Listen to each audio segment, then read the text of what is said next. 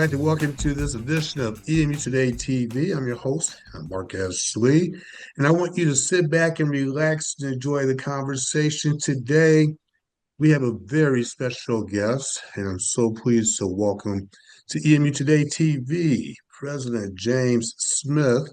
And for those of you who don't know who he is, he's the 23rd president of Eastern Michigan University, and will be concluding his presidency on March 31st of this year. So not too far away. And we wanted to take time today and really honor you and just kind of take a trip down memory lane for a moment. And then later we'll be joined by Dr. Connie Ruhl-Smith as well.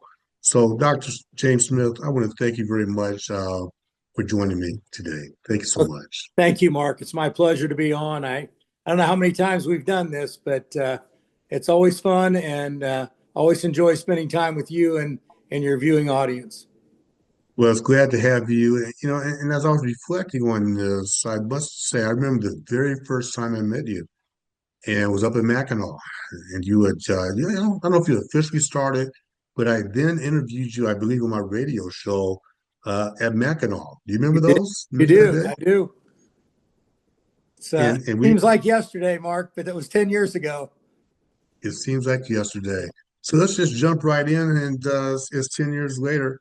In effect of April 1st, you will be president emeritus of Eastern Michigan. So I want to start with going back 10 years ago. And you accepted the job as president of Eastern Michigan University.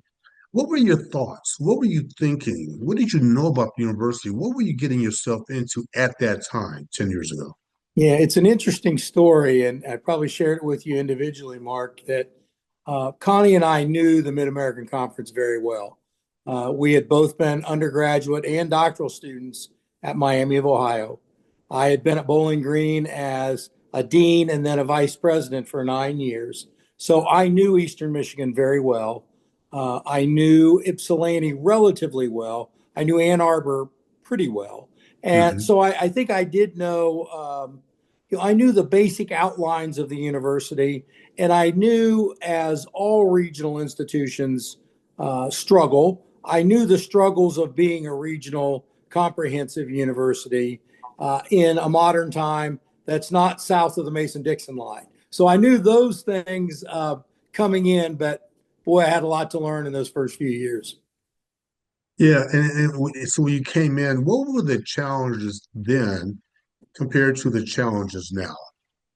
Well, funding has been a consistent challenge, and I think you know that, and you've actually reported on it, not only here, but on your CBS News gig. The funding of higher education continues to be lower and lower in Michigan. I think we're 42nd out of 50. We weren't necessarily much better during Governor Snyder's years when I first came on, but we've certainly not improved in the last 4 to 6 years. So that's been a constant. One thing that was different is we had a lot of racial struggle in 2016, culminated with a big march on a football game against the University of Wyoming. And some of your viewers will remember I stood on top of the hill, and I'm a brand new president, maybe 2 months in, and encouraged the students to wait till the game was over and then do their march around the stadium. And we were successful with that. And then from that day forward, we tried to make better and better relations with students who didn't think they were being heard. So I think that has changed over the 10-year period of time. And of course, the last one I just can't overlook is the remodeling of campus. It looked very different 10 years ago than it does today.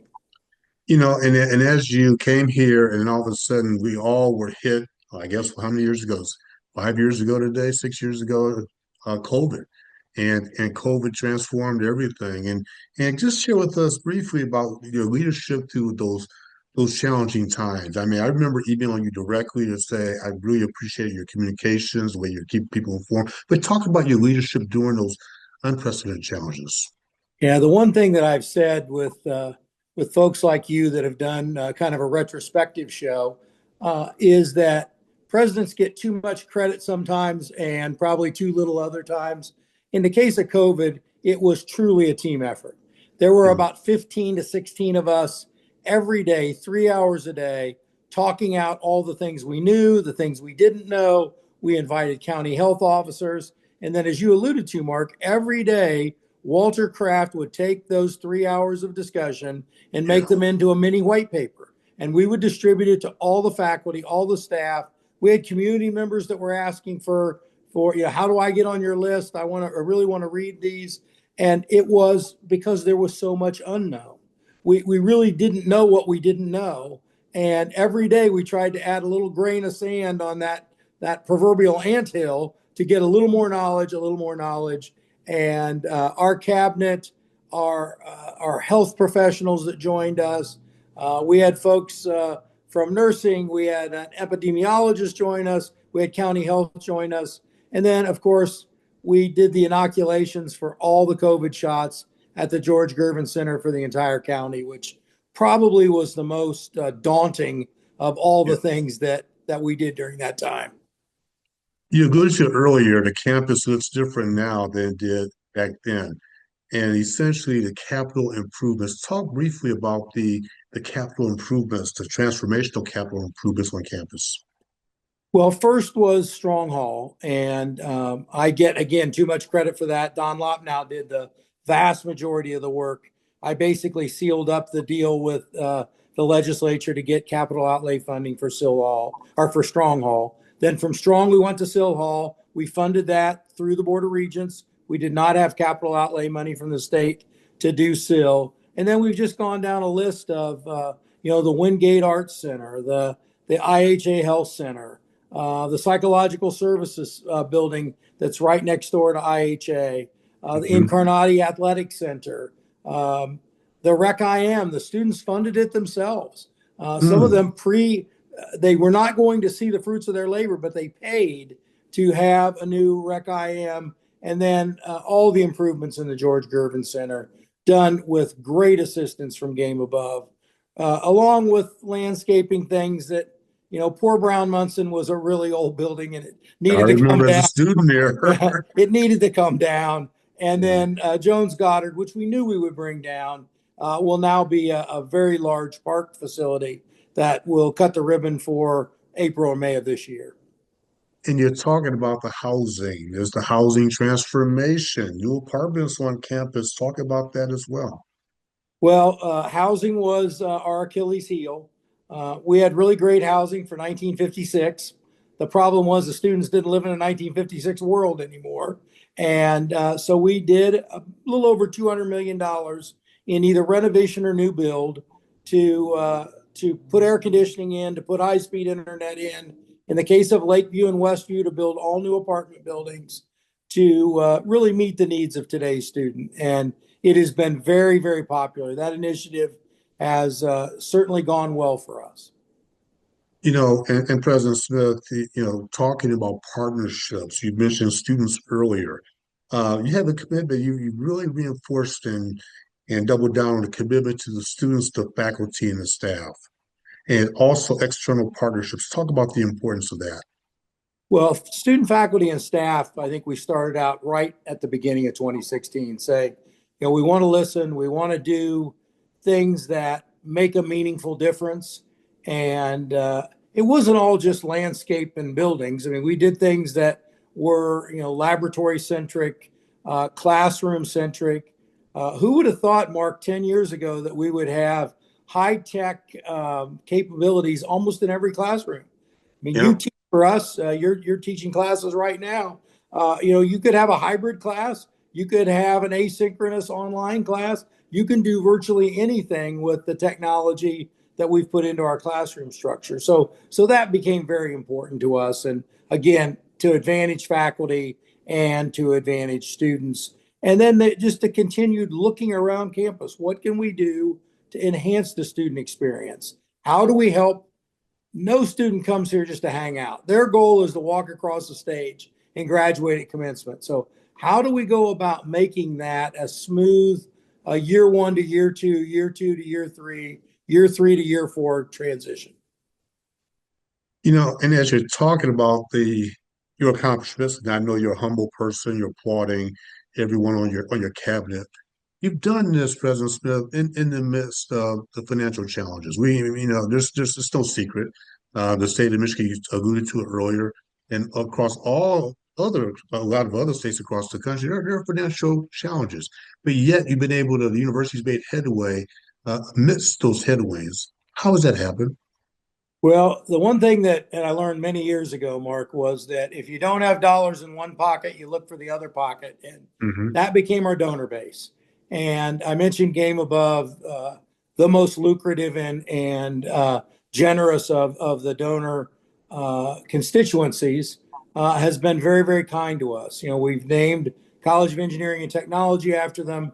They have their name on the George Gervin Game Above Center because they've continued to give and give and give. And we saw that throughout the Give Rise campaign.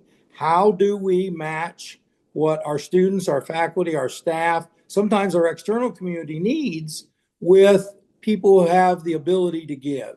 And I think that's been one of the real strengths of not just the work that I've done or the work that the foundation's done, but that our deans have done and our department heads have done, and in some cases faculty have done, by telling their story about, let's do this and then we can get this outcome for this group, whether it be graduate students, undergraduate students, certificate students, and that's played out to be a very positive for us. We still need more state funding. I don't want to walk away from this question, Mark. We still need more state funding. Certainly federal funding has been slashed. We've seen that with WEMU, a world-class radio station that just doesn't have what it had in federal dollars in the past. But we've done very well on the local and regional front as well. Before we take a break, and we're going to come back after a video in about a minute or so, just share with me how your legacy, from your perspective. What do you hope that you've left for the university? Well, I hope that the campus presents itself in a way that students are excited about the experience here. And we've always had good teaching. We've always had good research. We've always had good faculty and staff. We've had caring folks. But how do we present ourselves to be a 21st century campus? And the second one is to live out the motto, all are welcome here. We want everyone to know that we are a welcoming, diverse, complex place that's a fun learning environment that gets you to that ultimate goal, which is to graduate and get a job. President Smith, are you going to hang around with me for another segment? I certainly will, because I think we're bringing my wife on, and that'll be a fun tandem.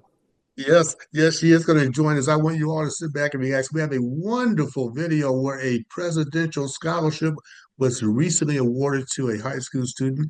And on the other side, Dr. Connie Ruhl-Smith will be joining us as well as we continue our conversation with President Smith as well. Hang tight. We'll be right back.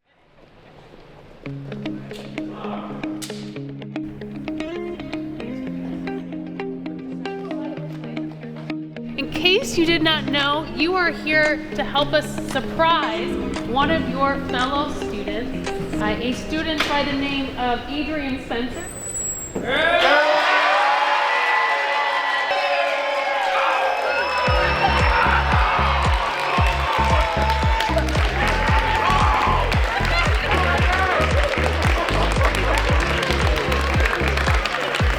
So Adrian, did you happen to apply for a full ride scholarship from Eastern recently? I did. We are all here, your classmates, a whole bunch of representatives from Eastern Michigan University, to let you know that congratulations, you have won that award.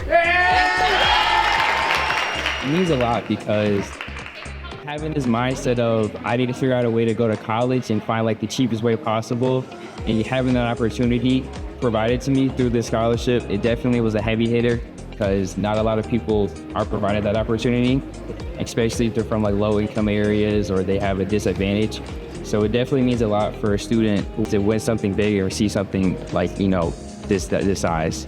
It shows the younger generations what's possible, what's reached here, what's attainable, and also what's accessible. It shows what hard work, dedication, and commitment does to get you where you need to be. I remember when he first started kindergarten and he was learning how to read, and then just to see how advanced his work ethic has gotten him and how far His abilities have grown since then. Everyone around him has really come together to support his future. And look how great it's come out. Tremendous opportunity has just been given him, whereas with a lot of families, they have to take out loans. It's a tremendous relief. From day one, Adrian's always been a highly motivated, conscientious, and supportive student. We're very excited in the Honors College to know that Adrian is not only going to be one of our honors students in the fall, but that he's going to be with us as a presidential scholar. You're an inspiration. You are going to be an amazing presidential scholar at Eastern, and we're just so lucky to have you. Yeah. Lucky to be there.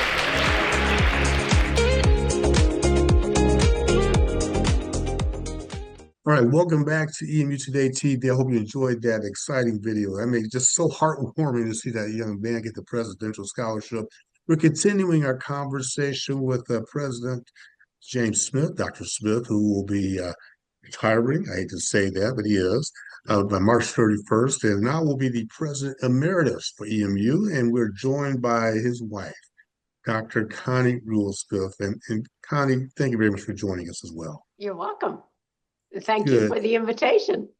My pleasure. So I want to continue just and really just to be a free-flowing conversation with the three of us. And, you know, Dr. Connie Ruhl-Smith, you have been a visible, supportive presence across the campus and in the community. Tell me your thoughts right now. How are you feeling at this moment of transition at the university? Well, it is an exciting time, but I have to admit, I have worked all my entire life since I graduated from college. And so the thought of not having a job to go to on a daily basis is a little bit daunting. And I will miss having the engagement with students. Again, as the Director of International Relations, I have enjoyed meeting our international students, engaging with their families around commencement time, and actually visiting their families internationally when Jim and I travel. So all of that, all of those pieces are things I will miss.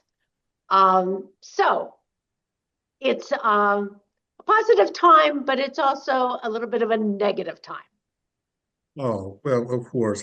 You know, you're everywhere on campus. And, you know, when you think about Eastern Michigan, I'm going to ask you the exact same question I asked Jim earlier. 10 years ago, you found yourself coming to EMU. What were your thoughts at the time about Eastern Michigan? What were your expectations and how they evolved over the last several years? Thoughts coming in. Again, I was listening to the segment that Jim did. I was familiar, Jim and I were familiar with Eastern Michigan University because of the MAC affiliation, having been at, having graduated from Miami University, employed at Bowling Green State University. I was on faculty at Western Michigan. So I had somewhat an awareness, but I guess I was looking forward to, I was hoping that we would have some positive momentum, getting to know the students, getting to know the faculty and staff, and just getting engaged in the community and the campus climate and all that was involved. You know, one of the things that I admire both of you and Jim and President Smith, I should say, I would like to just make this comment towards you because I want to get your perspective. The partnership between the two of you is incredible.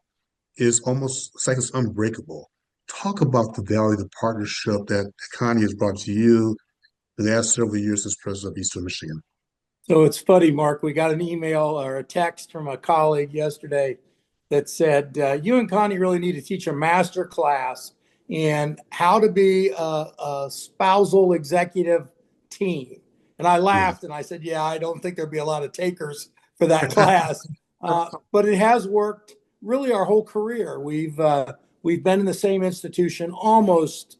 Connie did a year, as she mentioned, at Western Michigan when I was at Indiana University South Bend. Aside from that, we've worked in the same institution almost everywhere we've been. Obviously, a president out west before coming here. Connie had a similar role to what she has here now. I think it's just, it's like running a mom and pop grocery store in a way. You either learn to like each other and like working together and being elbow to elbow, or you don't. And I think we've been very fortunate to say we've enjoyed it. I think the people we've interacted with have enjoyed it. And not everybody's comfortable doing these things, but it certainly works for us. Yeah. Connie, I'll give you a chance to reply to Jim. And I knew that Jim would mention that.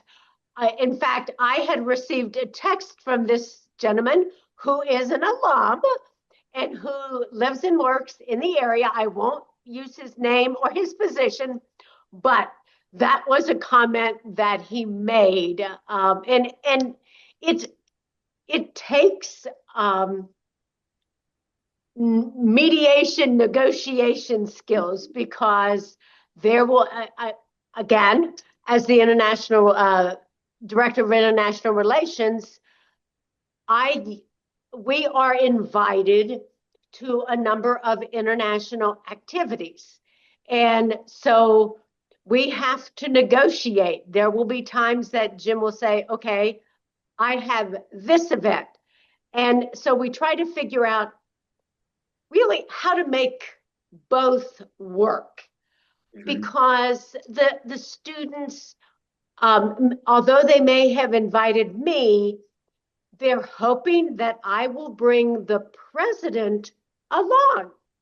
And so we actually tried to get to 2 or 3 events in an evening so that we don't have to tell anyone no. But it makes for long days. Sure. But you know, we have to spend time talking about it and figuring it out. And it has worked. Well, and Connie, I wanted you to talk to our students. This is why we're all here, is because of our students. And from your perspective, say whatever you want to say to our EMU students. Just whatever your heartfelt message, whatever you want to say to them, please talk to them. Ladies and gentlemen, students of EMU, just want to let you know that upon our departure, or as we depart, President Smith and I will desperately miss engaging with you, attending activities, events involving you as students, and we'll miss seeing you graduate. Commencement, Jim always says the happiest day of the academic year is commencement. And I know for you as students, commencement is the end of your time at EMU, but I would really encourage you to continue to engage with EMU after you graduate. Before we segue into what's next, Jim, President Smith, please talk to faculty and staff from your perspective and give your heartfelt words or messages to them as well. I think Connie really nailed it with the student perspective. By the way, Mark, of all the things I will not miss, engagement with lawyers, engagement with legislators. As Connie said, I will desperately miss the engagement with students, student activities, their excitement about Indian food night, Bangladeshi food night, our Arabic dinners. Diwali with our Indian students. But with respect to faculty and staff, I would just say your commitment to our students is truly impressive day in and day out. it is so easy to say that we are a student-centered place, but to watch how you do what you do, to take the extra mile, to make the extra phone call, to walk the student down the hall, to see the advisor that they're not sure exactly where that person's located, is replicated over and over and over in stories that students tell me. The power of the adult, if you will, really taking on the student and making that experience a little easier, a little better, a little more fruitful. I thank them from the bottom of my heart. As we enter the final conversations, we have about 3 minutes or so remaining. I'm going to turn the floor over to you. Everybody's like, Mark, ask the question. Ask the question.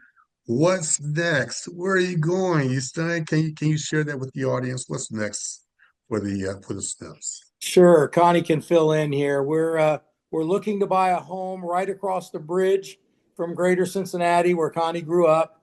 I have moved us all around the country. About 8 or 9 years ago, I said to Connie, maybe 12, you pick where we retire. So she's made her choice, and we're looking to buy a home. We're going to do some consulting. We love global issues. We love what goes on around the world. We have big concerns about education before you get to college. So maybe we can help in that environment. And Connie, fill in whatever I've missed. Go ahead, Connie. No, and I think Jim has summed it up. The same gentleman who asked about our creating this course, this class for partnership, he did pose the question, are you relocating to a warmer climate? And my response to him was, if you consider Cincinnati area, Northern Kentucky, a warmer climate. So no, we are not retiring to Florida. We're not retiring to Texas. We're retiring to Northern Kentucky. And as we pointed out to one of our colleagues who is an alum and served as an interpreter on 2 or 3 of our trips to China, she said, well, I have to fly to come and visit you and Jim. And my response was, no, it's about a 4-hour drive. So you'll be fine. So, and as we've told others, we will have, if we close on the house that we're looking at, we'll have multiple bedrooms. So we can accommodate guests. Well, let me say this before we wrap up. I'm humble. I'm thankful to have the opportunity to meet both of you, work with you in some capacity. You're always welcome back to Ypsilanti. I'm trying to say that on behalf of everybody. You're more than welcome to come back to our great institution. You have made an impact, both of you have made a profound impact on my alma mater. I'm going to step outside the role for a second. My alma mater, as the alum, you have made a profound impact on our university, our community, our faculty, our staff, and everyone that you have come in touch with. And from the bottom of my heart, I've known you both since you literally got to EMU. I'm going to miss you both. But I want to say this as we wrap up, too. I make it a little bit long. I know we're up against the clock, but I'm going to take a point of personal privilege here. Jim, you have left a legacy. Connie, you have left a legacy. You both have left a legacy here of building a stronger university, stronger partnerships, stronger alliances. You have done a wonderful job of building a stable foundation moving forward for President-elect Brendan Kelly. And I know you've been involved in a very smooth transition with him, and you both had that same commitment of purpose. And so the President Emeritus here is certainly appropriate. We are very proud of you for all the impacts that you have done to change our institution. So with that as a backdrop, I just want to say personally, thank you, President Jim Smith. Thank you, Dr. Connie Ruhl-Smith, You will forever be in our hearts. You see over my head that football, my institution, Eastern Michigan University. We're all going to miss you. We wish you nothing but success. And please come back anytime that you want. Thank you very much. Jim, any final words from you? Thank you, Mark. I just think it's imperative that one of the TV shows in the upcoming months, you show the listening public the hair that you had down the middle of your back that we saw when you were with Rosa Parks a number of years ago.